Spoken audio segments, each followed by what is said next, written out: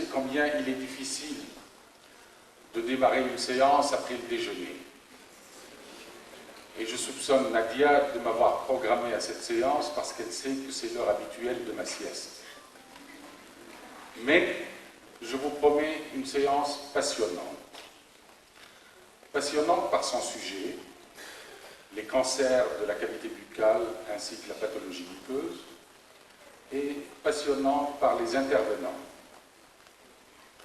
Comme vous le savez, les cancers buccaux comptent, disons grossièrement, un peu moins de 8000 nouveaux cas par an en France. Je suis désolé, je ne connais pas bien les chiffres algériens.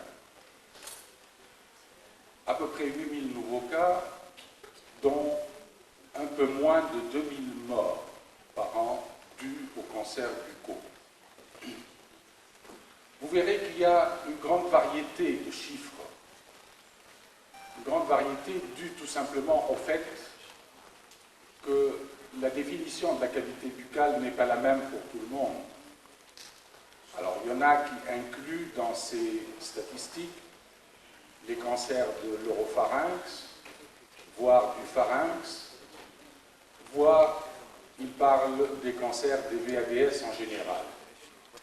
En ce qui me concerne, et de façon tout à fait empirique, je pense qu'on peut parler de la cavité buccale, on peut la définir de la façon suivante. C'est lorsque le patient ouvre la bouche, ce qu'un praticien peut voir, peut y voir. Pour moi, c'est ça la cavité buccale, c'est-à-dire la bouche plus l'oropharynx. C'est une opinion tout à fait personnelle et vous verrez que dans la détection précoce de ces cancers, c'est important de voir cette notion de visibilité. Visibilité de la cavité buccale et de l'oropharynx, statistiquement, ça fait à peu près la moitié des cancers des VADS qui sont accessibles à un examen direct, non spécialisé, et pourtant, un bon nombre de ces cancers sont diagnostiqués tardivement. On parle de 50 à 70% au stade T2 ou voire T3, c'est-à-dire plus de 4 cm en tout cas. Ce qui reste une énigme que notre premier conférencier va vous expliquer tout à l'heure. Je parle de notre premier conférencier. Il s'agit du vice-président de la Société francophone de médecine buccale et de chirurgie buccale, et vous savez les liens qui me lient à cet organisme. Il est également président de la Société des sciences odontologiques suisses. Il est rédacteur en chef de l'excellente revue Médecine buccale et chirurgie buccale que certains d'entre vous connaissent. Et il est plusieurs autres choses. Il est surtout mon ami. J'ai le plaisir d'appeler pour cette première conférence le professeur Jackie Samson, qui est chef de la division, oui, c'est le terme militaire qui s'utilise en Suisse, chef de la division de stomatologie et de chirurgie orale. Jackie va nous parler, lors de cette première conférence, qui durera 1h30, des cancers de la cavité buccale et de leurs précurseurs, la démarche diagnostique et la conduite à tenir. Jackie, c'est à toi. Bonjour à tous. Merci à Ahmed pour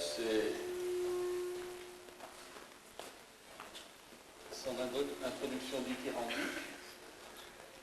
Merci au comité scientifique, au comité d'organisation et à sa présidente de m'avoir invité. C'est toujours pour moi un plaisir de franchir la Méditerranée du nord au sud. J'en parle. Le retour, c'est moins drôle. Donc, je dois vous traiter des cancers de la cavité buccale, et le diagnostic, la démarche diagnostique et la conduite à tenir. Alors, il est bien évident que même en 1h30, je ne peux pas traiter tous les cancers de la cavité buccale. Tout simplement, on en dira un petit mot à la fin des autres cancers, parce que, on va le voir, 95% des cancers de la cavité buccale, c'est un carcinome épidermoïde. Et donc, on va traiter principalement les carcinomes épidermoïdes. Mais ces carcinomes épidermoïdes, comme vient de le dire Ahmed, sont diagnostiqués bien souvent tardivement. Alors, il y a plusieurs explications à ceci, et entre autres, c'est la méconnaissance des lésions précancéreuses, comme on dit, en général, ce n'est pas un terme très heureux, mais ça veut bien dire ce que ça veut dire, c'est-à-dire les lésions qui vont précéder le cancer.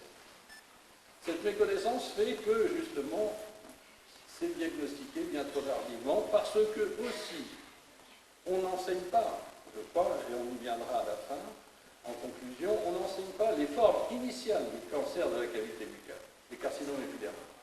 Et donc, voilà un peu le problème et ce qui explique ce diagnostic tardif qui a comme, disons, inconvénient, le terme n'est pas assez fort, que ça péjore le pronostic, alors que si le diagnostic est fait précocement, même au stade T1, c'est pratiquement la guérison dans 100% des cas.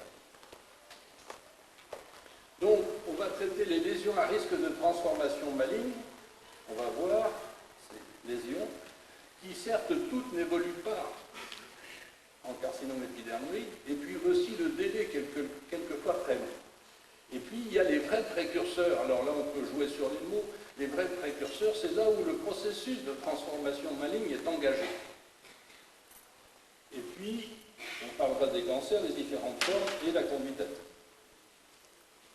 Les cancers de la cavité buccale, en fait, on le voit, c'est 95% de carcinome épidermoïde. On ne va pas pinailler sur les chiffres. 5 à 6 000, je suis plus modeste qu'Ahmed parce que moi j'ai une définition plus stricte de la cavité buccale, mais c'est quand même quelques milliers en France. Alors certes, la France a le premier rang, elle est en train de le perdre, façon de dire, parce que d'autres pays, en fait, connaissent les mêmes facteurs carcinogènes et on voit, disons, le nombre de cancers dans certains pays de l'Europe occidentale augmenter de façon importante. Aussi, on dira un petit mot de la classification TNM. TNM pour tumeur, nodule pour ganglion, TN pour métastase, parce que même si ce n'était pas prévu au départ, cette classification pour le pronostic, en fait, elle a été établie par l'Union européenne contre le cancer, avant tout pour essayer de pouvoir comparer les résultats des différentes études. Parce qu'au départ, il faut imaginer qu'il y a plus d'une quarantaine d'années, c'était très difficile de comparer les résultats thérapeutiques. Et donc on a créé cette classification avant tout pour, quand on parlait du T1, qu'on parle de la même tumeur et pouvoir comparer les résultats. Mais on s'est aperçu très rapidement que cette classification avait une valeur pronostique. On va parler des OIN pour oral intraépithélial néoplasien ou SIN pour squamous intraépithélial néoplasien. On dira un petit mot, mais juste un petit mot sur la particularité des cancers salivaires. Là, on va, dans ces lésions à risque de transformation maligne, parler avant tout des kératoses, parce que c'est pratiquement les seules lésions ayant un potentiel de transformation maligne. Le terme de leucoplasie est très malheureux. Il est utilisé dans la littérature, et pour l'évidence base médecine, c'est ennuyeux, j'en signalais à UNICEF, parce que simplement, ça veut dire tache blanche. Ça ne préjuge pas de la nature de la lésion qui est blanche. Or, certes, disons, la grande majorité des lésions blanches sont constituées par des kératoses, mais il y a certaines lésions blanches qui n'ont rien à voir avec une kératose. Et donc, là, il y a une confusion regrettable. Comment peut-on faire une étude de statistique du risque de transformation maligne des leucoplasies quand ce n'est pas des kératoses? Donc, voici, il faut préciser ces termes. Alors, les kératoses, elles sont nombreuses. Voici à peu près la liste des têtes de chapitre, la classification qu'on peut envisager des kératoses. On ne doit pas toutes les envisager. Pourquoi? Parce que certaines, si on prend la kératose traumatique, d'origine traumatique, elle n'a aucun potentiel de transformation maligne. Donc on ne va pas en parler, on va simplement, dans cette classification, voir celles qui ont un risque de potentiel de transformation maligne. Il y a l'autre qui mange. Bon, mais je me rappelle de ce que ça va. Donc on va commencer par les kératoses. C'était le premier chapitre de physique, thermique, chimique. c'est celles qui sont dues aux ultraviolets. Ça concerne bien sûr principalement la lèvre dans notre domaine. Et vous voyez ici quelqu'un qui a une kéylite actinique, bien sûr la lèvre inférieure surtout. Cette kéylite actinique, ça se traduit simplement par cet aspect particulier de la lèvre où il y a des squames, un peu de kératose et surtout une disparition de la limite cutanéo-muqueuse. Ceci, c'est assez caractéristique d'une kéylite actinique. Et sur cette kéylite actinique, vous avez un risque de transformation maligne, sans parler du tabac, éventuellement facteur surajouté. Ce risque de transformation maligne, vous le voyez ici, sur la demi-muqueuse labiale, ça se manifeste souvent par une croûte. Cette croûte, le patient a tendance à l'arracher, elle se reforme. Eh bien, c'est le début d'un carcinome épidermoïde, pratiquement à tous les coups. Là, vous avez, pardon, je suis allé trop vite, vous avez de nouveau une kéylite actinique. Alors, c'est bien sûr, en général, des gens, ceci c'était un viticulteur suisse qui en plus passait ses vacances au soleil, parce que chacun sait que les viticulteurs suisses vivent bien, et donc, il avait une double raison d'avoir une kéylite actinique. Vous voyez cette limite qui a disparu, qui n'est plus nette, franche, et puis là, il a une tumeur. Il a une tumeur et c'est déjà un carcinome verruqueux.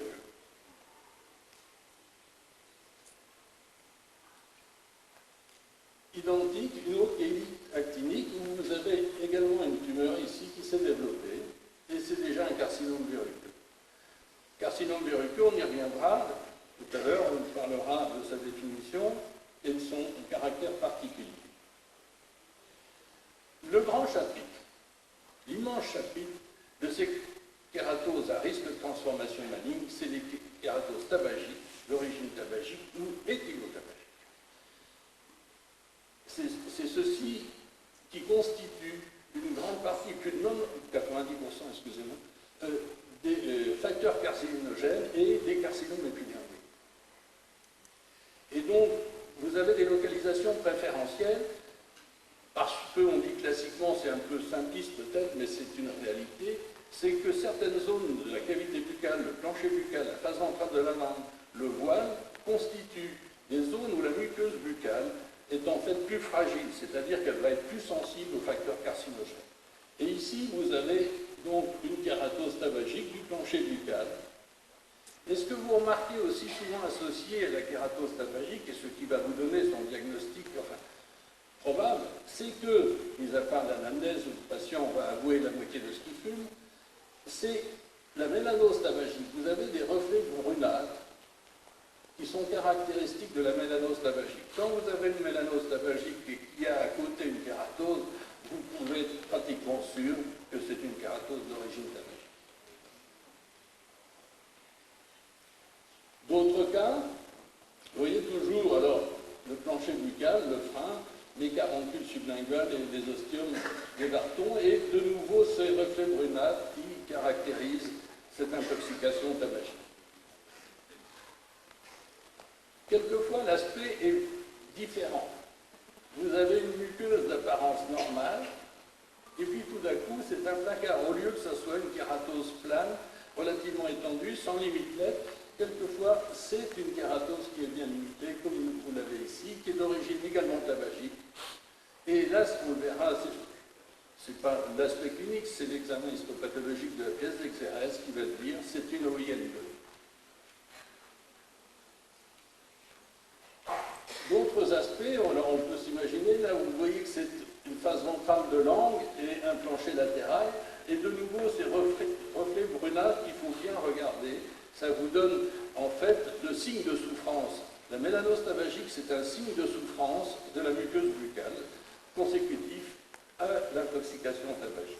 Et donc là, de nouveau, vous avez une mélanose qui n'est pas très bien, une kératose, pardon, qui n'est pas très bien limitée et qui devient verruqueuse.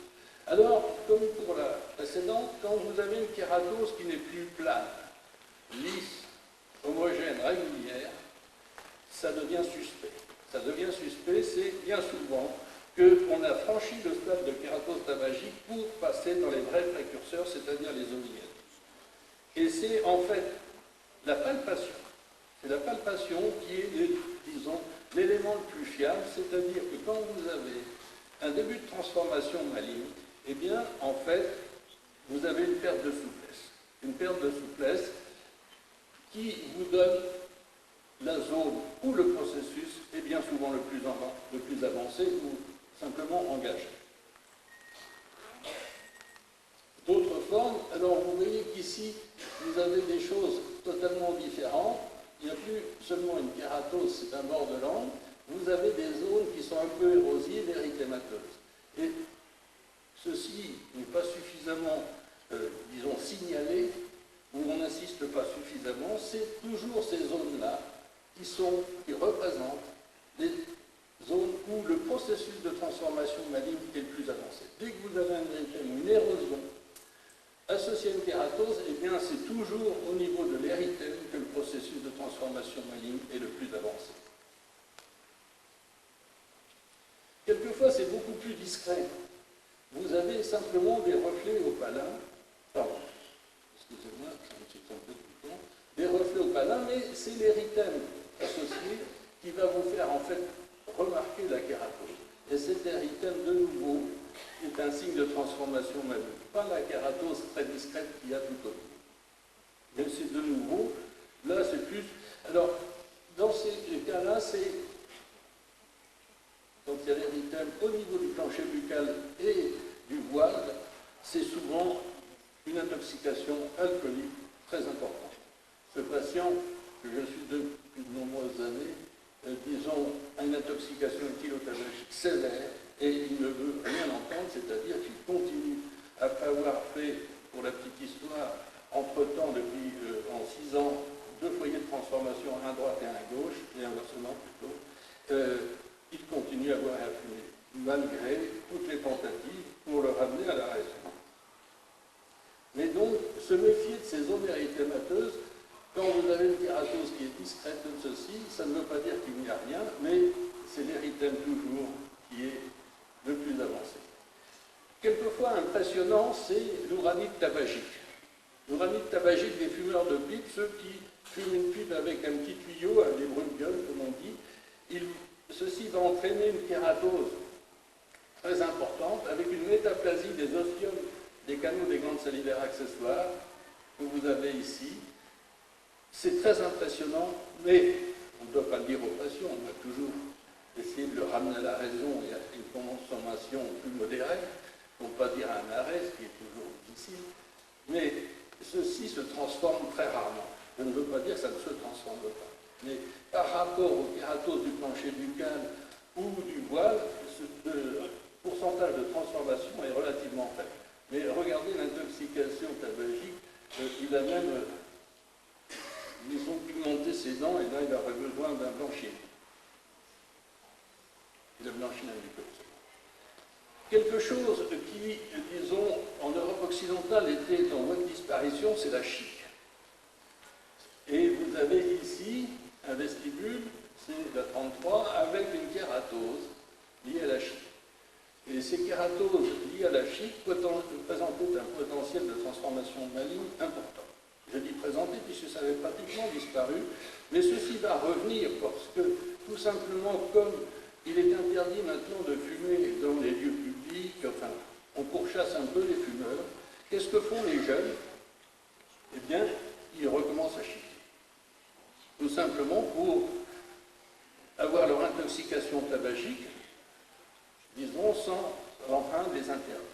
Et les jeunes, entre autres dans les pays nordiques et en Suède, font mieux, ils ajoutent du verre pilé, mais très tout petits morceaux, comme ceci, ça fait des excoriations de la muqueuse et les alcaloïdes pénètrent beaucoup plus facilement.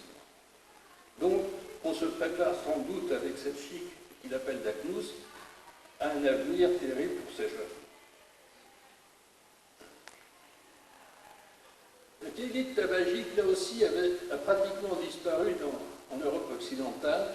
Pourquoi? Parce que le mode de fumée et l'apparition de cigarettes avec des filtres a fait que les gens ne gardaient plus leur mégot à la lèvre comme ils le faisaient jadis, sans filtre, et en fait, il y avait une kératose en pastille qui s'installait en général à l'endroit où ils gardaient leur mégot, et cette kératose en pastille, tôt ou tard, se transformait en carcinome épidermique.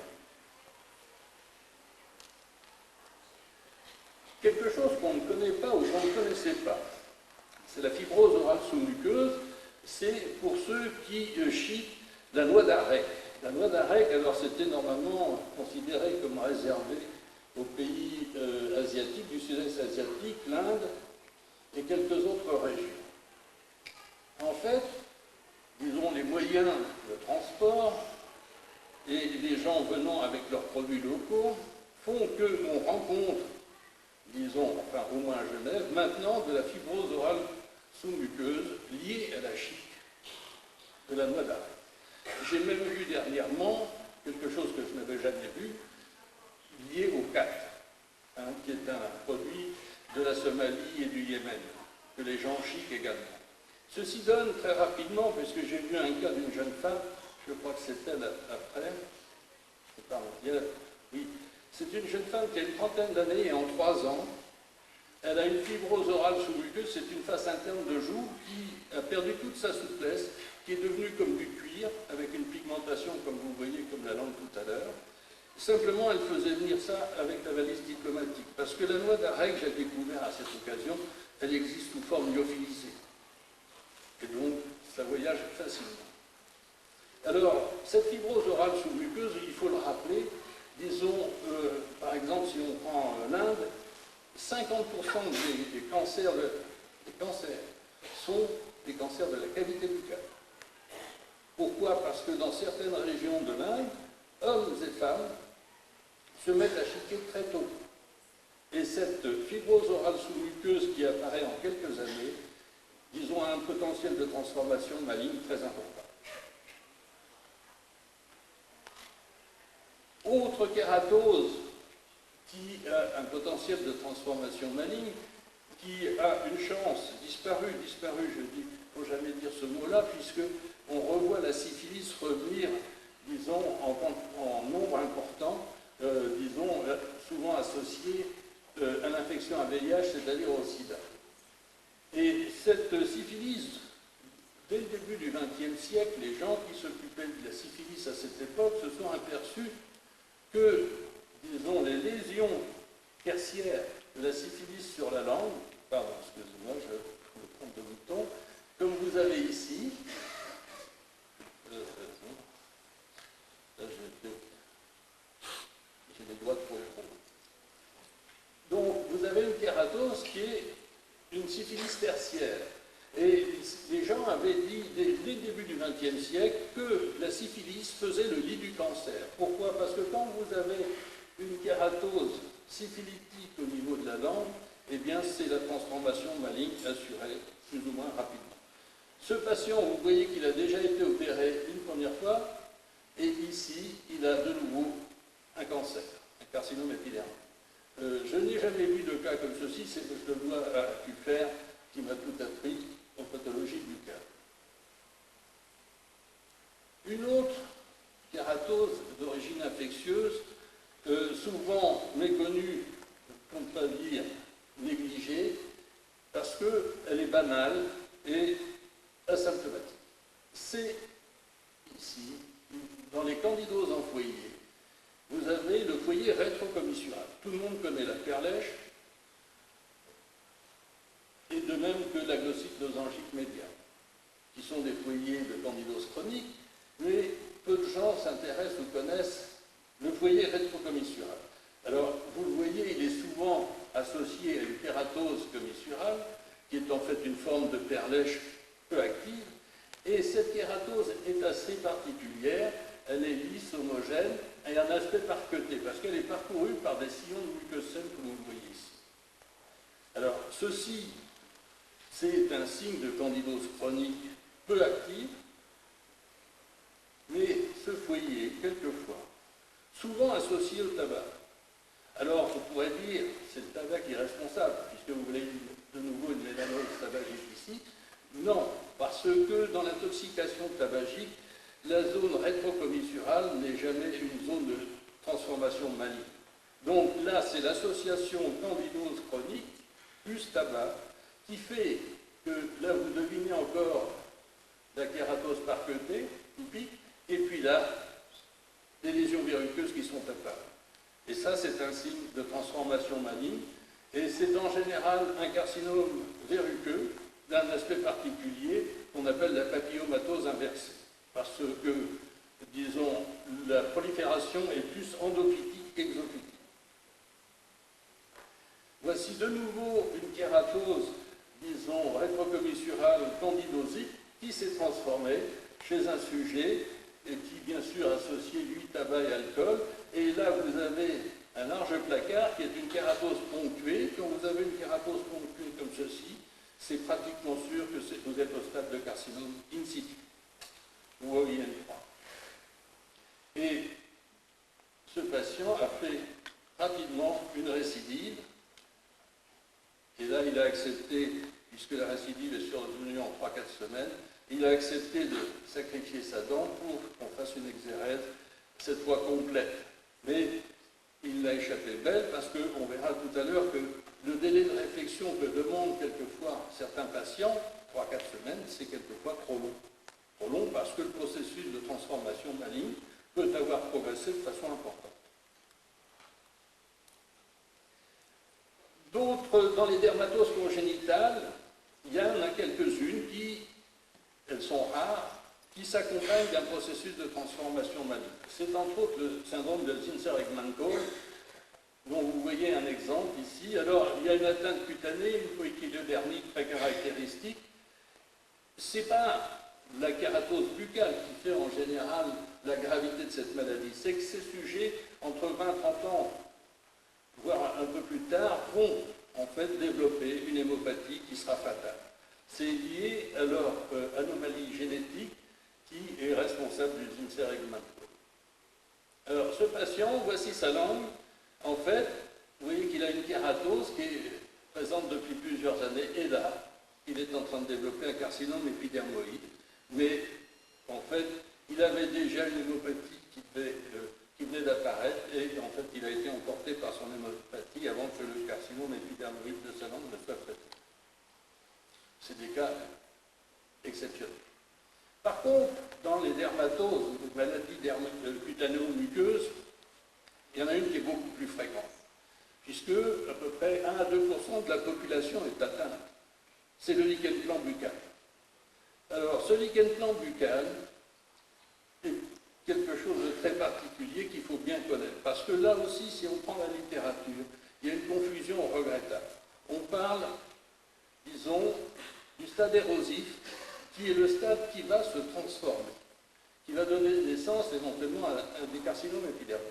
Or, en fait, le stade érosif, ça ne veut rien dire si on ne comprend pas, disons, les différentes étapes d'évolution du lichen plan buccal. Le lichen plan buccal, c'est en moyenne 15 ans d'évolution.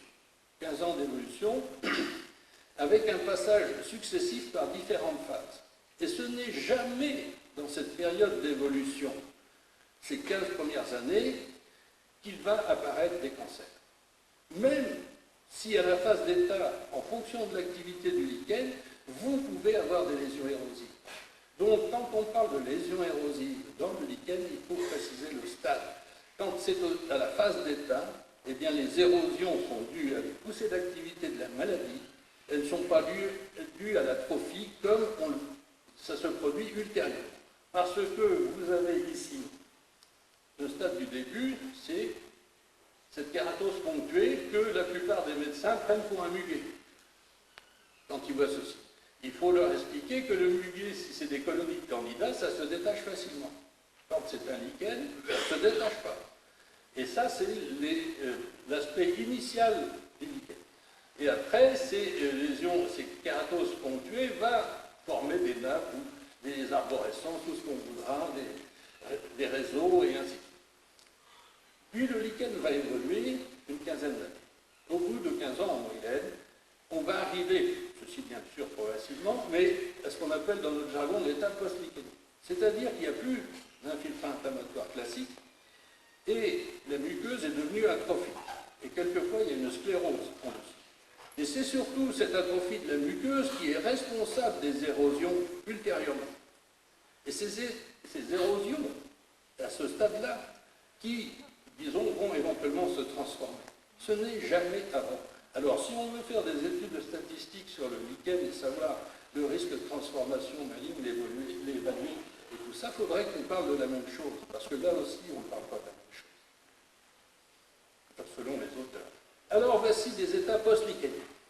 L'état post-lichénien, quelquefois c'est très discret, vous avez une simple atrophie de la muqueuse, avec une perte de souplesse plus ou moins importante. Quelquefois, vous avez une kératose en surface. C'est un patient que je suis depuis une vingtaine d'années, parce qu'il a fait initialement, dans le vestibule, on ne le voit pas ici, un carcinome épidermal. Et il a un placard, entre autres ici, la zone de jonction sur le bord de la langue, et là il a une lésion verruqueuse qui a été biopsiée immédiatement, parce qu'il faut toujours se méfier quand un sujet a fait un carcinome épidermal sur lichen, et en fait, c'était simplement une hyperplasie verruqueuse. Et ce patient n'a fait, pour le moment, qu'un foyer de transformation maligne. Ce n'est pas toujours le cas. J'ai deux cas que je suis depuis longtemps, dont l'un est à 16 foyers par récidive, foyer de transformation maligne, et un autre à 22. Donc, vous voyez que quand certains écrivent que le lichen plan n'a pas de potentiel de transformation maligne, c'est une sombre ânerie. Par contre, si on lit, ou on va voir sur Internet, certains qui d'emblée disent ça donne le cancer, eh bien, à mon avis, affolent les populations de façon bien inutile. Pourquoi? Parce que, disons, la fréquence de transformation maligne, elle est très très faible. Elle est très difficile à évaluer pour les raisons que je viens de vous évoquer. C'est de l'ordre de 1 à 2%. Des gens qui ont, des sujets qui ont un lichen. Voici un autre cas de lichen. Alors, il est bien évident que si vous aviez une vue de l'ensemble de sa cavité buccale, il y a le plancher, le vestibule. Mais là, c'est surtout le dos de sa langue, où vous voyez qu'elle a déjà été opérée plusieurs fois, parce que je ne me rappelle plus combien elle a fait de localisation. Et là, vous avez une érosion recouverte de fibrine, vous en avez plusieurs. Alors, bien sûr, cette dame, on sait qu'elle est à un stade post-lichénien. Mais là, ces érosions ne sont pas dues à son lichen, simplement parce qu'elle avait une obésité morbide, elle a subi une gastrectomie pour maigrir un petit peu, et on a oublié de lui donner de la vitamine B12. Donc, en fait, elle fait une atrophie de sa muqueuse sur déficit en vitamine B12. Donc, vous pensez à toutes ces choses-là, mais malheureusement, quand on a pris sa photo, qui remonte à quelques années, on ne savait pas que dernièrement, elle a fait, en fait, un foyer de transformation sur le bord gauche de sa langue. Alors que pour le moment, ça restait localisé dans cette région. Voici de nouveau un état post-lichénien. Au niveau de la langue, ça peut prendre un aspect particulier, comme ceci, où vous avez une plage, voire une grande partie de la langue qui est totalement dépapillée, et c'est un état cicatriciel avec une atrophie de la muqueuse. Vous voyez, il y a des petites érosions, parce que le moindre traumatisme, il est bien évident, va créer une ulcération. Et là, le foyer de transformation maligne, il est là sur cette corde kératosée. Cette dame va en faire une autre localisation, elle a fait une autre localisation ici. Et malheureusement, suite à de mauvais conseils de gens qui ne savaient pas gérer les patients sous antivitaminique, on lui a déconseillé de se faire opérer une deuxième fois. Parce que, sans arrêter son traitement antivitaminique K, on a fait une exérèse sans qu'il y ait d'hématome ni de saignement. Tout simplement en injectant de la colle de fibrine après avoir suturé entre les deux berges de la plaie. Et je vous garantis que ça, c'est écrit nulle part, mais ça marche très bien.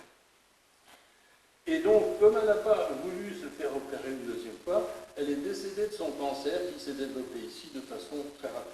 Alors, pour ces gens qui ont des foyers de transformation maligne sur un état post-lichénien ou un lichen ancien, comme on voudra, ils ont encore une chance, si on peut dire, parce qu'ils n'ont pas les facteurs de risque habituels, disons alcool, tabac, ils vont faire des cancers qui sont bien différenciés, voire verruqueux, c'est-à-dire peu agressifs, ce qui explique les deux cas que je vous ai signalés tout à l'heure, où on peut arriver à un nombre de foyers de transformation maligne très important.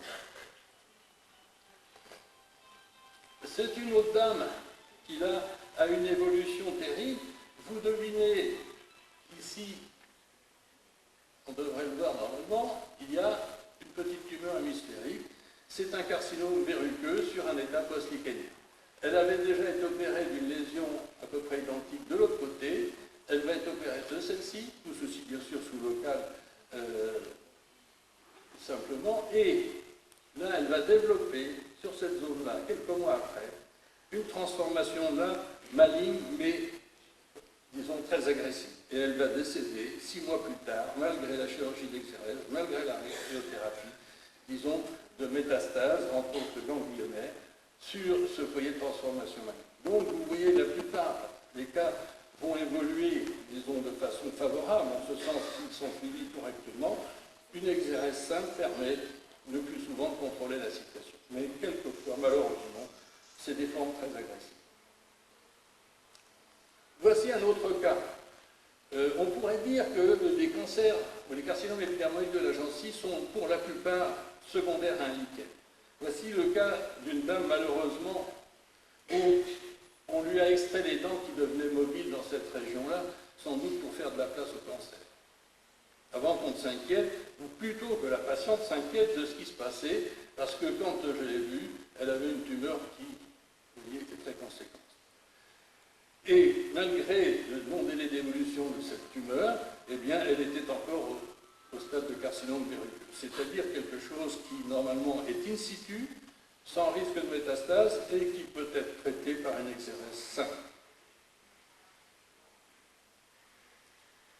Voici un cas, pour vous montrer comment ça peut se terminer. C'est une patiente pareille que j'ai suivie de nombreuses années, qui a fait de multiples foyers de transformation maligne, toujours gérés par une exérèse locale sous anesthésie locale, le plus souvent pris au stade, disons, précancéreux, c'est-à-dire sans franchissement, même s'il y a déjà un processus, disons, tumoral de transformation maligne dans l'épithélium, mais sans franchissement de la basale, ce qui permet de dire qu'en général, normalement, le problème est réglé par cette exérèse simple. Eh bien, après de nombreuses interventions, elle a développé sur sa face interne de joue plusieurs foyers. Plusieurs foyers, il y en a un peu partout. Et là, elle a abandonné et jeté un peu l'éponge, comme on dit vulgairement, et elle a refusé tout traitement parce que, à partir de ce stade-là où il y avait plusieurs foyers simultanés synchrones sur sa face interne de joue, ça devenait un traitement conséquent qu'elle a refusé. Et voici l'évolution. En quelques 2-3 mois, le processus tumoral lui a envahi toute la joue. Et on le voit, il y a des nodules de perméation. Et là, c'est la tumeur qui, disons, sort de la cavité buccale. Et bien sûr, le décès. Donc vous voyez, quand certains, il y en a de moins en moins, je le reconnais, disent que le lichen plan buccal ne présente aucun potentiel de transformation maligne, à mon avis, ils ne doivent pas avoir beaucoup de patients. Quelque chose qui ressemble au lichen, si ce n'est même un lichen, c'est la GVH. La réaction du greffon contre l'autre, et vous avez ici un cas relativement caricatural, parce que la réaction du greffon contre l'autre vous donne en raccourci, au lieu que ce soit 15 ans, en quelques mois, mettons là c'est des mois plutôt que 15 ans, 15 mois, une réaction qui va vous donner une atteinte diffuse de la muqueuse buccale, qui ressemble à un lichen cliniquement et histologiquement. Et voici un cas avec une kératose très importante, et ce patient n'a pas eu le temps de développer une transformation maligne de son lichen sur GVH, tout simplement parce qu'il est décédé de sa GVH. Mais il faut savoir que les gens qui ont même une manifestation buccale discrète peuvent présenter également des foyers de transformation maligne, parce que c'est en fait un véritable lichen iatrogène. C'est le même cas avec une atteinte de la langue, et vous voyez l'atrophie de la muqueuse et, disons, ces érosions spontanées dues à l'atrophie de la muqueuse. Dernier chapitre, on classait un peu qui était un fourre-tout, et on vient d'y rajouter la kératose verruqueuse proliférative, c'est les kératoses idiopathiques. C'est un mauvais terme parce que souvent ce sac était plus ou moins important en fonction des compétences du praticien. Parce que si vous ne cherchez pas l'étiologie, vous la donnez idiopathique et hop, elle va dans cette dernière catégorie. C'est toujours désagréable, et en fait, il semble que la plupart de ce qu'on plaçait comme kératose idiopathique, après bien sûr avoir éliminé toutes les autres étiologies, c'est en fait quelque chose dont on n'a pas compris le processus kératose verruqueuse proliférative. Et ces sujets vont présenter une kératose qui est lisse, étendue, et avec le temps, ces quelques années, 8-10 ans, ils vont tout d'un coup présenter des zones de prolifération. Et en voici un exemple d'un sujet qui n'avait jamais fumé ni bu et qui présente une kératose proliférative rétrocommissurale. Alors ce n'est pas ici quelque chose lié à une candidose chronique rétrocommissurale emprunnée, mais c'est une vraie kératose verruqueuse proliférative, tout simplement parce qu'on ne le voit pas ici, mais vous allez le voir tout à l'heure, si mes souvenirs sont bons, il a la même lésion au niveau du vestibule. Et là, on a pratiqué l'exérèse de cette lésion, disons, ça a été réglé pour le processus, mais il a refusé, enfin, ou il s'est abstenu de venir au second rendez-vous qui était fixé pour l'exérèse de celle qui était dans le vestibule, et là, il a fait l'autruche jusqu'au bout, et j'ai appris, comme ça par inadvertance, qu'il avait été hospitalisé à un stade d'invasion de son carcinome épidermoïde développé sur la lésion vestibulaire inférieure droite, et il en est décédé. Donc, c'est quand même dommage de ne pas arriver à convaincre certains patients qu'il y a une progression dans la maladie et une progression aussi dans la gravité. Un autre exemple de kératose verruqueuse proliférative, vous voyez un sujet, on le reverra sous un autre angle tout à l'heure, vous voyez qu'il a une kératose relativement diffuse. Et tout d'un coup, deux foyers de transformation sont apparus sur deux carcinomes verruqueux. En général, cette kératose verruqueuse proliférative, en fait, passe par le stade de carcinome verruqueux, c'est-à-dire un processus peu agressif et relativement lent. Voici un autre cas d'une patiente, je ne sais pas, j'ai pas mis celle d'avant, non. Parce que c'est une patiente que j'ai suivie également de nombreuses années. Elle avait encore ses deux canines inférieures et autour de ces deux canines, il y avait un petit bourrelet de kératose. Et je l'ai enlevé il y a une quinzaine d'années, ignorant ce que c'était que la leucoplasie, la kératose verruqueuse proliférative. Ça a récidivé, donc je n'ai pas insisté, je l'ai surveillée. Elle m'a échappé un petit peu parce que vieillissant, elle n'avait plus toute sa tête et elle est revenue un jour. Eh bien, en fait, tout ceci, en quelques mois, s'est transformé. On a vu des foyers apparaître un peu partout. Et vous voyez qu'ici, vous avez une zone encore relativement calme, c'est-à-dire qu'elle est restée comme à son stade initial, c'est-à-dire une kératose toute simple, lisse, homogène, souple. Et puis, tout d'un coup, il apparaît des proliférations verruqueuses qui sont en fait un signe de transformation maligne. Voici donc pour les lésions à risque. Après, on va envisager, disons, le stade suivant, qui est en fait le stade OIN ou SIN. OIN pour oral intraépithélial néoplasia. Alors, pour la petite histoire, il faut savoir que certains utilisent encore le terme de dysplasie qui a été proposé par Reagan, mais ce n'est pas celui qu'on a connu.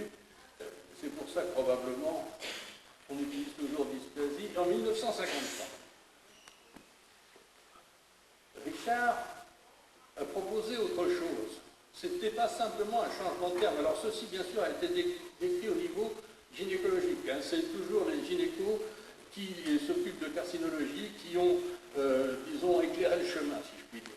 Et tout simplement, pourquoi? Parce que la théorie initiale de Reagan, c'était une transformation d'une plage, c'est-à-dire toute une plage, on parlait de terrain à cette époque-là, toute une plage muqueuse qui allait se transformer.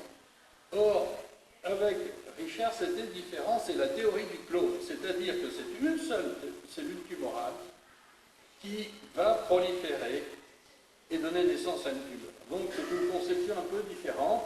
Et puis l'OMS, dernièrement, alors que des gens n'ont toujours pas intégré le système OIN, vient de proposer de modifier le nom, mais elle a raison, en remplaçant squamous par, disons, dans ce terme.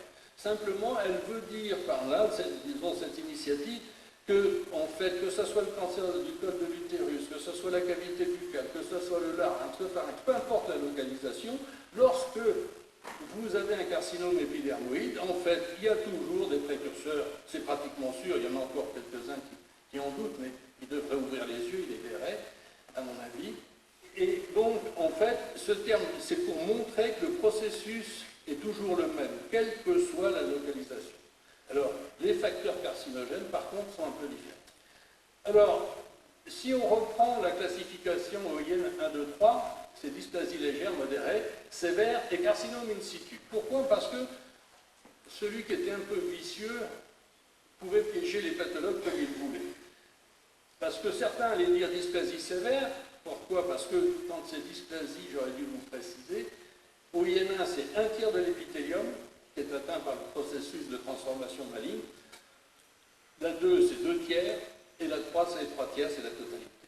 Et donc, il était très difficile de distinguer, et certains pathologues qui voulaient faire la différence se piégeaient eux-mêmes, entre une dysplasie sévère, c'est-à-dire un processus qui intéresse la totalité de l'épaisseur de l'épithélium, et le carcinome in situ.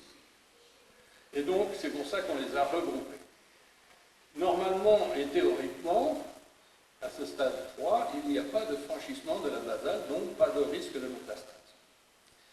Le problème, c'est que ces choses sont difficiles à intégrer. Pourquoi? Parce que l'aspect clinique n'est pas spécifique. En fait, ce n'est pas la clinique qui va vous donner le diagnostic, c'est le pathologue. Et l'aspect clinique, je vous l'ai déjà signalé tout à l'heure, il y avait une kératose en pastille que vous avez eue sur une face ventrale de Land. Eh bien, c'est le pathologue qui a dit que c'était une OIN2. Ce n'est pas le clinicien. Le clinicien ne peut pas établir. Et donc, c'est pour ça qu'il faut être vigilant et donner au pathologue l'endroit où le processus, si on ne fait pas une exérèse complète de la lésion, l'endroit où le processus est le plus avancé. Alors, l'aspect clinique de ces OIN, eh bien, kératose simple, c'est pas tout à fait vrai, elle est simple d'aspect, mais c'est votre doigt qui, en général, va vous dire, là, il y a une perte de souplesse. Et la perte de souplesse, je le rappelle, c'est un élément diagnostique très important. Après, vous avez les kératoses pontiformes ou en mosaïque. En général, c'est déjà un stade 3, une OIN 3. Et puis les lésions érythémateuses, l'ancienne érythroplasie de Kéra, avec son aspect caractéristique, bien n'est pas toujours aussi typique. Alors l'érythroplasie de Kéra, la vraie, c'est également une OIN 3. Mais disons, les lésions érythémateuses, comme je vous l'ai montré tout à l'heure, associées à une kératose, ce n'est pas toujours une OIN 3. Ce n'est pas l'aspect caractéristique de l'érythroplasie de Kéra. Alors, voici une kératose en mosaïque. Vous avez sur une face interne de joue une kératose en mosaïque ici. Alors, probablement sur une candidose, mais là, la lésion est tellement évoluée qu'on ne peut pas dire. Et puis, il y avait alcool, tabac. Donc, on ne peut pas dire et faire la part des choses. Mais vous voyez que vous avez une lésion très étendue. Ça va du carcinome micro-invasif ici, au carcinome in situ ici, et une OIN2 ici. Donc, c'est un cas qui vous montre le processus qui évolue, et pas toujours de façon synchrone, parce que vous retrouvez 3 lésions différentes sur cette plage-là. Mais ça, c'est la kératose en mosaïque, c'est pratiquement synonyme d'une OIN3. Une autre kératose en mosaïque, là isolée. Là, on s'est fait un peu piéger parce que, vu l'aspect, on s'est dit c'est sur une candidose rétrocommissurale. Eh bien non, ce n'était pas sur une candidose rétrocommissurale. Donc, voilà, voici ce qui peut arriver. Et donc, vous avez une OIN3 ici, cette kératose en mosaïque, vraie caractéristique. Les érythroplasies, comme les appelait jadis l'OMS, avec les leucoplasies, les paleucoplasies, elle avait décrit les érythroplasies. La couleur n'est pas très bonne, je suis désolé, mais vous avez ici une tache érythémateuse, en fait bien limitée, qui ressemble à une érythroplasie de Kéra. Cette patiente, quand on connaît son histoire, elle a été opérée pour un carcinome sur lichen quelques années auparavant. Elle en a une bride cicatricielle séquelaire à ce niveau-là. Et pour compléter le tableau et être sûr qu'elle fasse bien un foyer de transformation ultérieure, on lui a fait de la radiothérapie. Pour la petite histoire, il faut éviter de faire de la radiothérapie sur des sujets qui ont des foyers de transformation malignes, tout simplement parce que sur ce qui reste de la muqueuse qui est atteinte par ce processus, disons, lichénien, qui a été atteinte par le processus lichénien, on est sûr d'avoir une transformation maligne un jour. Ici, c'est une patiente, c'est un gros plan d'un bord de langue qui a un état post-lichénien, et cette patiente, disons, qui a 80 ans à cette époque, en fait, a fait 3 localisations de transformation maligne. Et c'était très dur de discuter avec elle, parce que quand elle vient voir le dentiste lui demander si au niveau gynécologique ça va bien, les gens vous regardent quelquefois d'un air bizarre. Et en fait, elle avait un foyer de transformation maligne sur un lichen vulvaire. Elle a fait après une transformation maligne, ce qui est exceptionnel, sur un lichen ésophagien. Et voici le 3e foyer de transformation maligne ici. Donc, vous voyez que ce lichen, quand même, pose quelquefois, je dis quelquefois, pas systématiquement des fois. Donc, voici pour ces OIL qui n'ont pas d'aspect particulier, et c'est le pathologue qui doit, disons, vous guider, qui vous apporte le diagnostic. Voici pour ce qui était des précancéroses ou des précurseurs ou des lésions à risque de transformation maligne. Deuxième partie, peut-être que j'accélère un peu, c'est les différentes formes de carcinome épidermoïde. Alors, c'est celles que l'on vous enseigne, qu'on a enseignées quand vous étiez étudiant. Et vous verrez la conclusion que j'en fais. Alors, on décrit dans tous les bons livres des différentes formes que vous avez ici.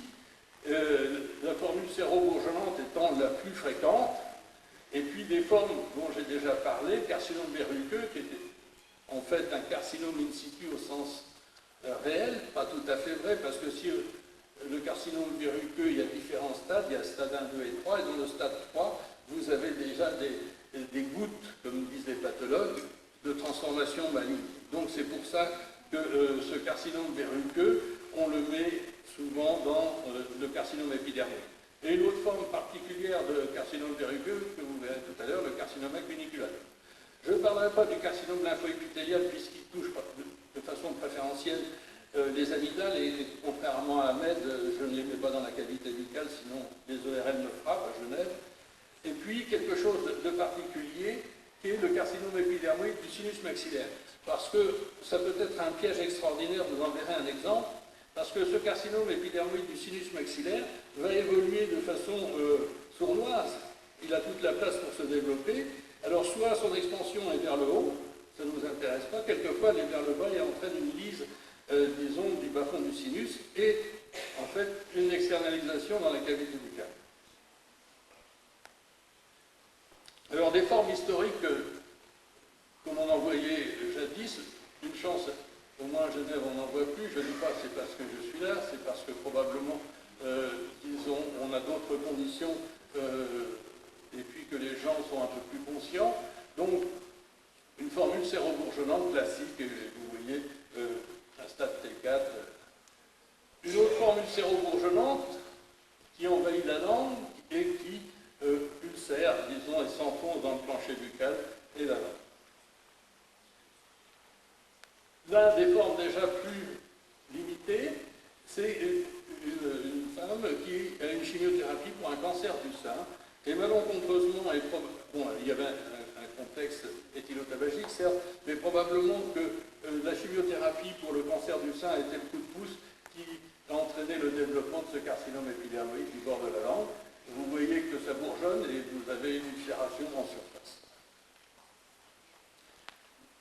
Une autre localisation, ici, on pourrait croire que c'est une caroncule sublinguale qui est en état inflammatoire. En fait, non, c'est un carcinome épidermoïde avec une ulcération, tout simplement.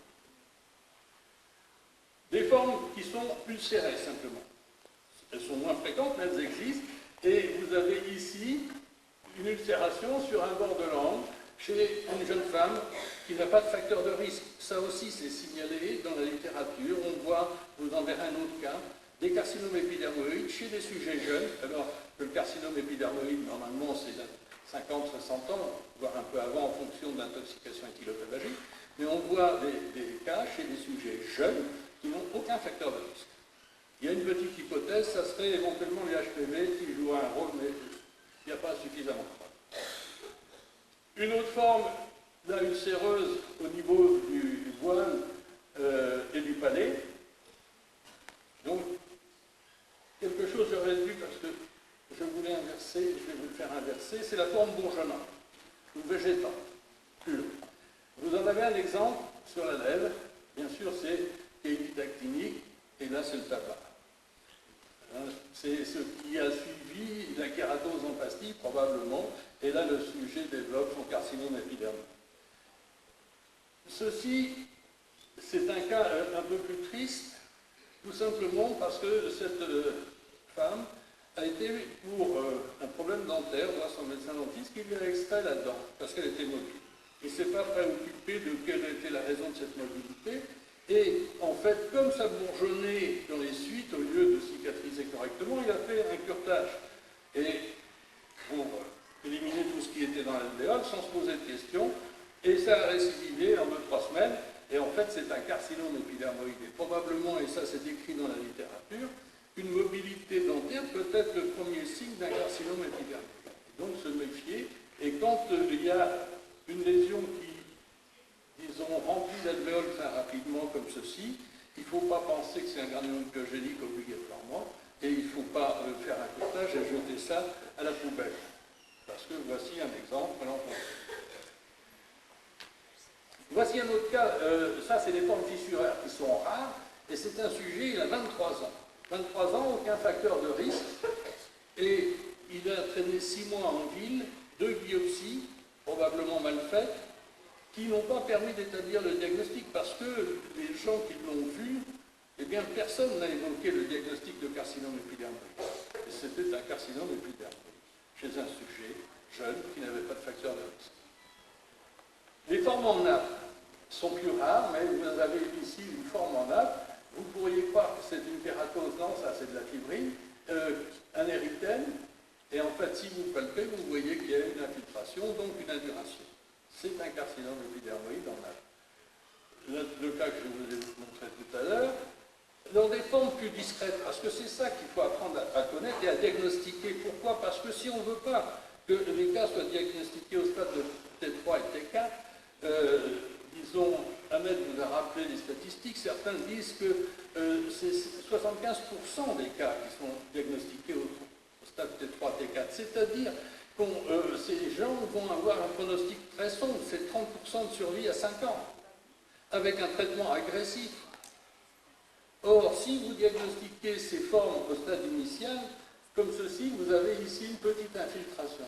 Eh bien, c'est déjà un carcinome épidermoïde, mais vous êtes à un stade T1, c'est-à-dire survie à 5 ans, pratiquement 100%, sans traitement agressif et mutilant. Une autre forme, c'est les formes infiltrantes. Vous avez ici, juste en avant de la zone de jonction, une petite dépression.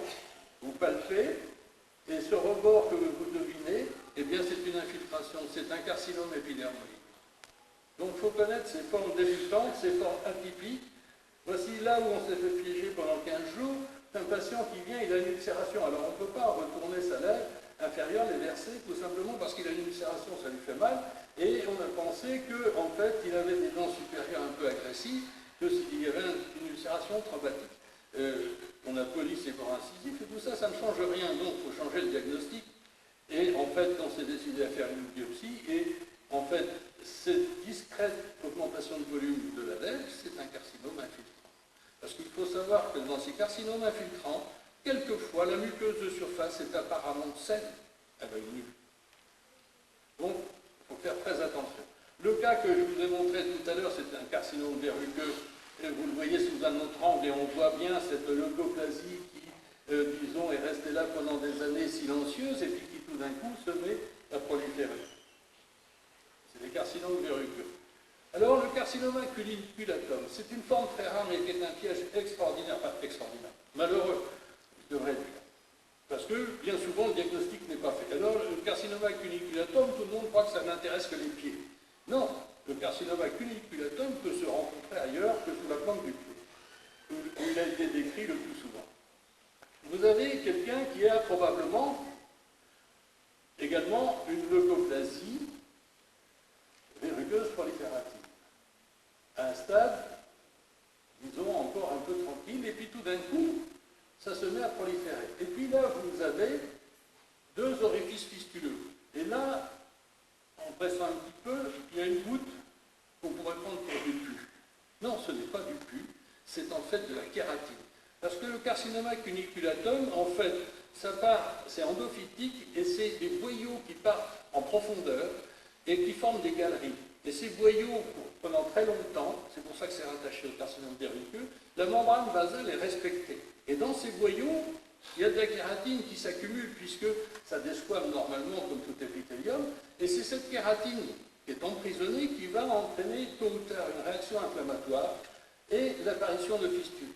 Et souvent, c'est considéré comme un processus infectieux et traité comme tel. En fait, c'est un carcinoma cuniculatum. Et cette dame, malgré que le diagnostic soit fait, on lui a proposé l'exérèse de cette zone-là, mais l'exérèse sous anesthésie locale, conservatrice et tout ça, elle a demandé à réfléchir. Elle est revenue 4 semaines après, et voilà l'état. Et là, elle a perdu une partie de son maxillaire. Tout simplement parce que ce carcinoma cuniculatum, tôt ou tard, mais là, malheureusement pour elle, très rapidement, s'est transformé en carcinome épidermique. Voici un carcinome sur la crête alvéolaire. Eh bien, en fait, il faut être un peu curieux parce que ce carcinome, en fait, ce n'est que l'expression d'un carcinome du sinus maxillaire qui a fini par entraîner une lise de l'os, envahir l'os et la muqueuse squelettique. Donc, pas se faire piéger et prendre ça pour un carcinome de la cavité buccale. Donc là, ça c'est des formes classiques, si je puis dire, même si je vous ai montré 2-3 formes un peu particulières. Voici des formes qui sont au stade débutant et qui sont déjà des carcinomes. Et donc il faut savoir, disons, les reconnaître et ne pas se faire piéger et banaliser des choses que l'on croit connaître. En fait, vous voyez, c'est un sujet pareil, jeune, qui a aussi 23 ans, sans facteur de risque. Il a une kératose d'origine indéterminée. Peut-être elle est devenir verruqueuse proliférative, on n'en sait rien. Mais là, il a une zone qui est anormale, et la palpation met une zone d'indiration, met en évidence une zone d'indiration, c'est déjà un carcinome épidermoïde micro-invasif. De même ici, c'est un sujet sous une phase ventrale de langue, et cette petite lésion, c'est déjà un carcinome épidermoïde micro-invasif. Donc, ces gens, quand vous les prenez à ce stade-là, disons, c'est une exérèse simple, avec des limites quand même carcinologiques, c'est-à-dire passant largement tissu sain et contrôle des bords, et c'est le seul traitement à proposer, et vous pourrez leur assurer qu'ils sont guéris, au moins pour cette lésion-là. Voici une autre forme. Ceci, c'est un carcinome épidermoïde micro-invasif, et ce n'est pas une banale kératose. Donc vous voyez que les carcinomes, il faut savoir que au stade initial, c'est bien différent de l'aspect qu'on nous montre dans les livres le plus souvent, et qu'il faudrait peut-être qu'on nous apprenne ces formes un jour pour justement faire le diagnostic de façon plus précoce. C'est le patient dont je vous ai parlé tout à l'heure, et à un stade plus avancé, qui va faire ici il y a un carcinome micro-invasif, il en fera un autre. Là, c'est des lésions érythémateuses qu'il ne faut jamais banaliser, dans un contexte éthylotabagique, s'entend. Et ce qu'il faut savoir aussi, c'est que votre examen, il faut qu'il soit, disons, fait de façon systématique. Et ne pas jeter un coup d'œil rapide et sommaire, ou se contenter d'avoir vu le premier train, comme dans l'histoire. Parce que voici un patient, il vient, parce que là, ça lui fait mal, il a un carcinome ici, au niveau du voile, qui atteint presque la commission intermaxillaire, la tubérosité. On regarde sous la langue, du même côté, il a un autre carcinome épidermoïde. En même temps, donc 5 points. Et puis ici, on continue l'examen, il en a un troisième ici. Donc, voici le record, enfin personnel, c'est 3 en même temps. Donc, faites votre examen de façon consciencieuse, et puis vous verrez, vous découvrirez des choses. Il ne faut pas se contenter d'une seule lésion et de dire, eh bien, j'ai fait mon travail. Le diagnostic, donc, vous avez vu, il y a l'aspect clinique.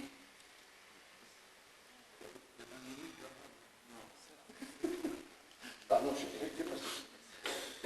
l'aspect clinique, vous l'avez vu, c'est l'examen histopathologique, c'est indispensable. Et puis, il faut connaître les OIN, Des carcinomes verruqueux, les trois formes, je parle des pathologues, et puis des carcinomes micro-invasifs. Moyen d'aide au diagnostic, on passera rapidement, parce qu'il n'y a que la biopsie et l'examen histopathologique. Et c'est triste qu'on essaye de vous vendre du matériel ou des moyens pour faire croire que vous allez avoir le diagnostic. C'est votre expérience clinique et rien d'autre. Or, on fait des efforts, enfin certains font des efforts pour la formation, et ça va être contrecarré par des choses où on essaye de vous même culpabiliser en disant si vous n'avez pas ce matériel et que vous loupez un cancer, vous serez responsable. C'est inadmissible, il n'y a pas d'autre mot. Il faut optimiser la détection ou dépistage comme on voudra et la démarche diagnostique. Information et motivation. Je parle des praticiens et des étudiants. Mais vous verrez tout à l'heure, je parlerai aussi des enseignants. Parce que plutôt que de montrer du doigt, comme on le fait systématiquement dans tous les pays, vous voyez des enquêtes disant ces pauvres dentistes, ils ne sont pas capables de faire le diagnostic ou de faire un examen de la cavité buccale correctement. Eh bien, s'ils ne le font pas correctement, c'est qu'on ne les a pas formés correctement. C'est aussi simple que ça. Il faut, nous, enseignants, prendre notre part de responsabilité dans cette histoire. Donc, information, motivation, pour qu'il y ait une réelle implication des gens, que la formation continue, merci de m'avoir invité pour ce sujet, on parle régulièrement, et que chacun participe à ces choses-là en faisant un examen systématique de la cavité buccale. Je dis systématique, et vous l'avez vu, ce n'est pas obligatoirement chez l'alcoolotabagique à partir de 40 ans. Voici deux cas. Deux cas qui sont édifiants, mais c'est deux cas de Genève, je tiens à signaler, donc on se critique déjà chez nous, on va faire un ménage chez nous, on va essayer. Un patient, on lui réadapte sa prothèse régulièrement. Il a une prothèse amovible ici, parce qu'on vient de laisser un dedans, et on réadapte sa prothèse. Bien sûr, on l'adapte au cancer. Parce qu'au lieu que ce soit la prothèse qui blesse ce qu'ils ont considéré, c'est-à-dire que c'est une ulcération traumatique, c'est un carcinome épidermoïde qui vient sur la prothèse. Il y a mieux. Parce que, vous voyez, ici, on a réalisé des belles couronnes. Cette patiente a été vue plus de 40 fois par l'étudiant pour réaliser ces couronnes. Et l'encadrement, parce que l'étudiant, c'est lui qui a fini par m'amener la patiente, discrètement. L'encadrement n'a jamais remarqué qu'il y avait quelque chose d'anormal, c'est quand même juste en face. C'est un carcinome épidermoïde.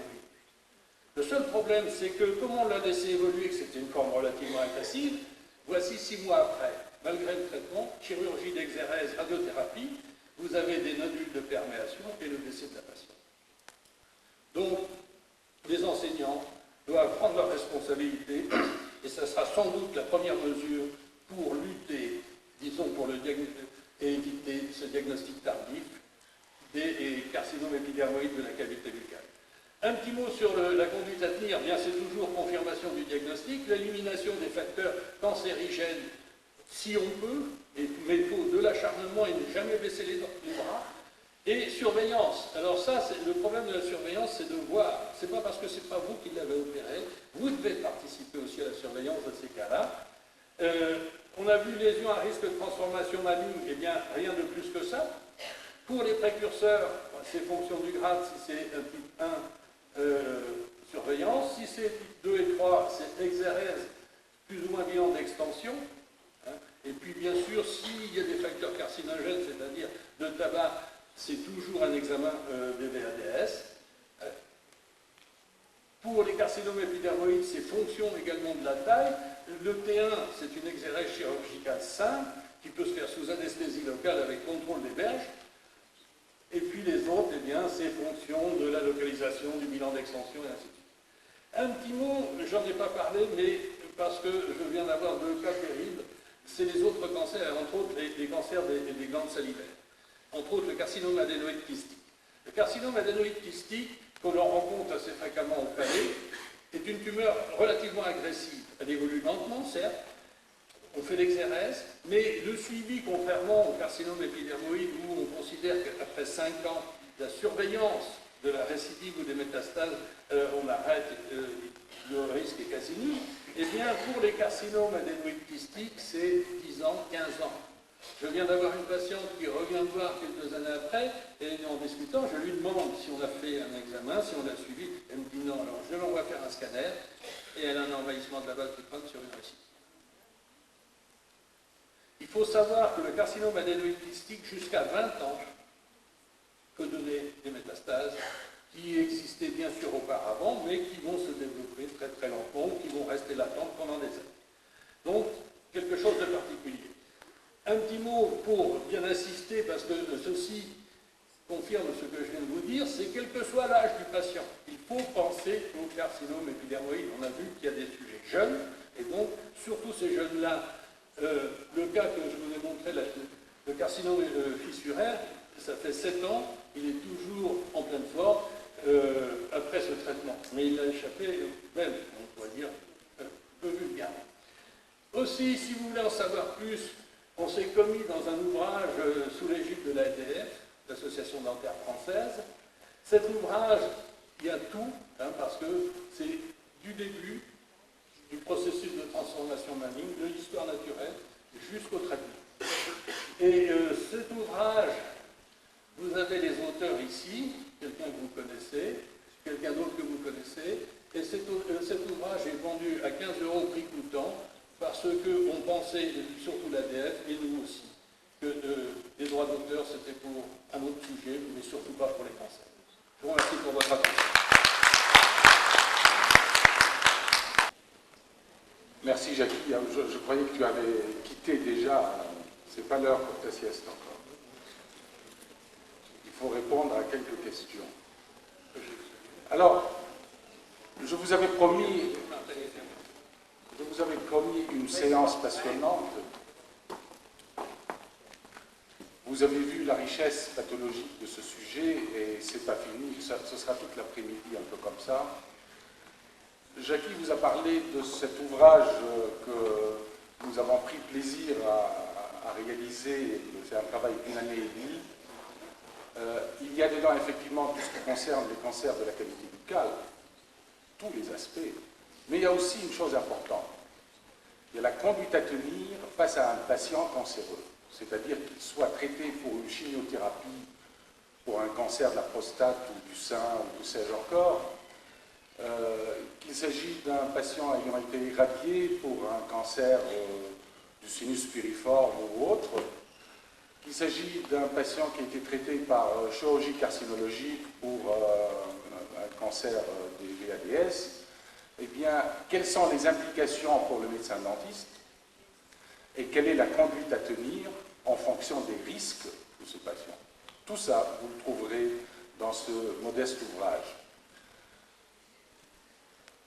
Je voudrais revenir 2 petites minutes sur ce qu'a dit Jackie tout à l'heure concernant les lésions précancéreuses. C'est vrai que c'est un fourre-tout où on mettait dedans beaucoup de choses. Et vous avez compris que ce qui est... c'est pas parce que la classification est signée de l'OMS qu'il s'agit d'une classification qu'il faut suivre au pied de la lettre. Il me semble que ce qui est très important, c'est ce qui est logique, c'est ce qui est compréhensible, c'est ce qui est reproductible.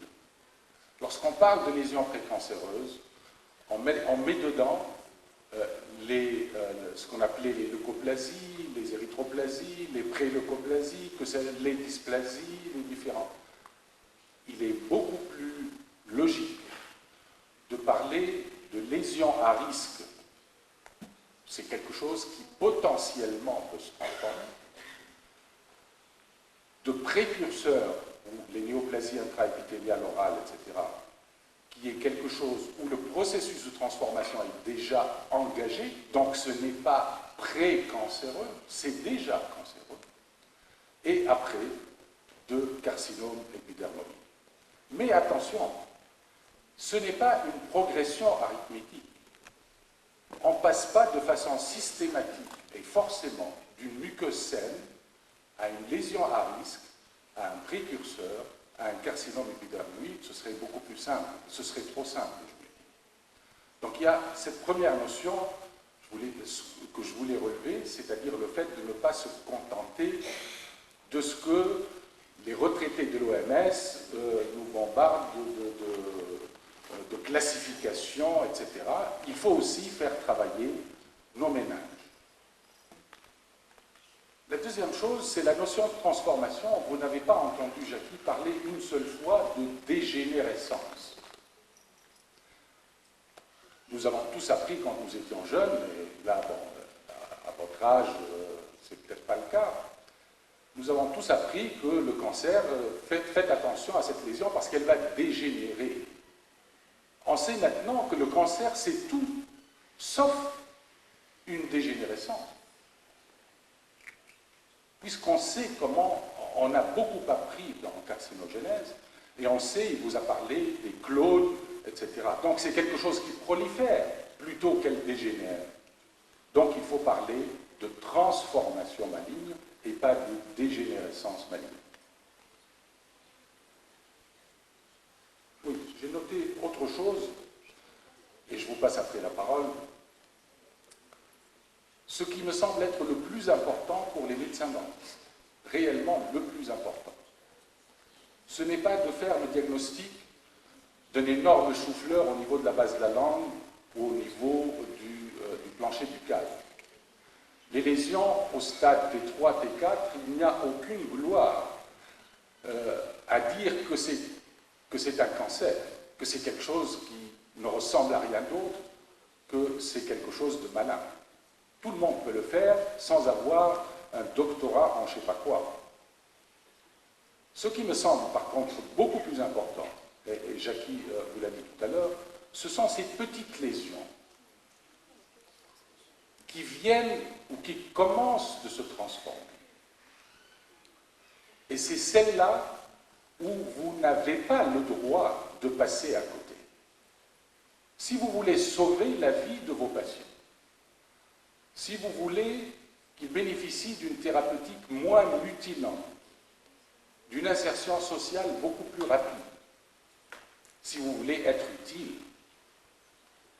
c'est justement de ne pas passer à côté du diagnostic des petites lésions.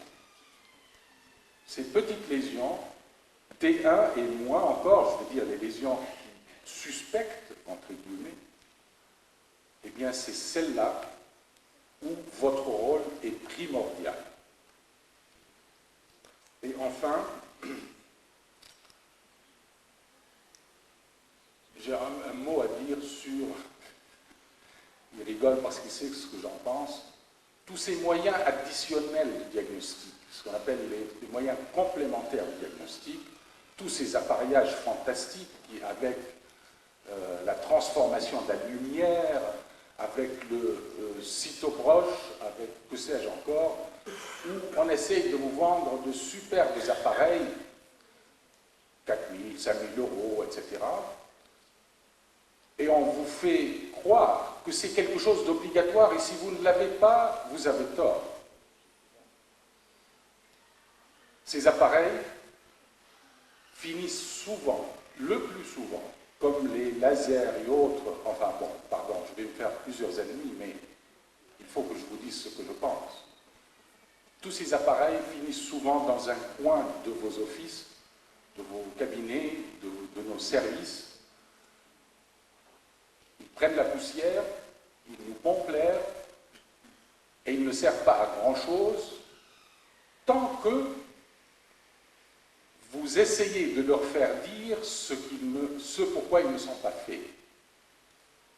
C'est-à-dire qu'à partir du moment où vous ignorez pourquoi vous, le facteur humain dont on a parlé ce matin, vous ne faites pas votre propre travail, vous n'examinez pas correctement la qualité buccale, vous ne prenez pas 5 minutes pour regarder autre chose que le fameux trou, cette cavité carieuse qui fait tellement mal au patient et pour laquelle il vient vous voir.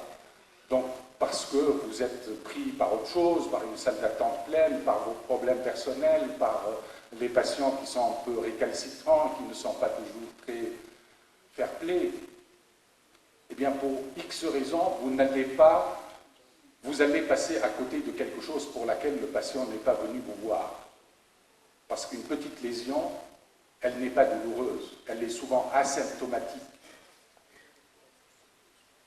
Donc faites attention à ces appareils qui, pour moi, passent nettement après. Je ne parle pas là de validation, etc.